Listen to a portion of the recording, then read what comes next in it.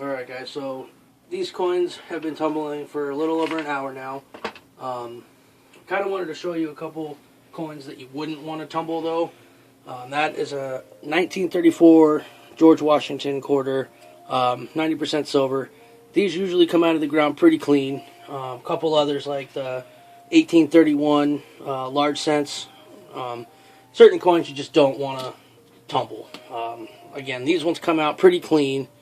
So just kind of want to leave them be. If anything, you'll use a little bit of a jewelry cleaning polish and a soft cloth, but ultimately just kind of want to leave them alone. Your Clad coins or your modern coins, there are still coins found in circulation.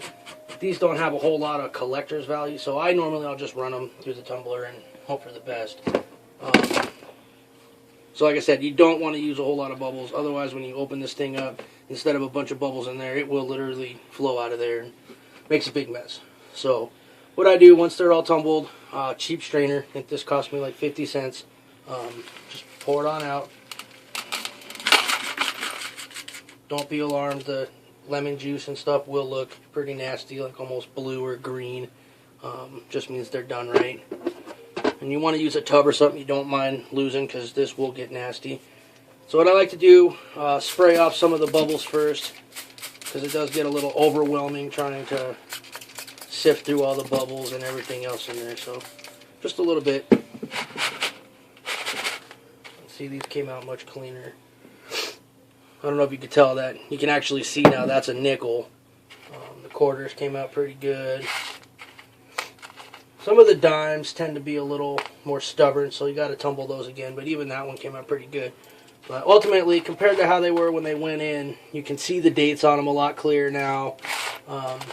It just makes life a lot easier. Some people tell you, oh, I don't clean my Clad, this and that. But I'd rather look at a jar full of nice, clean coins as opposed to nasty, dirty ones.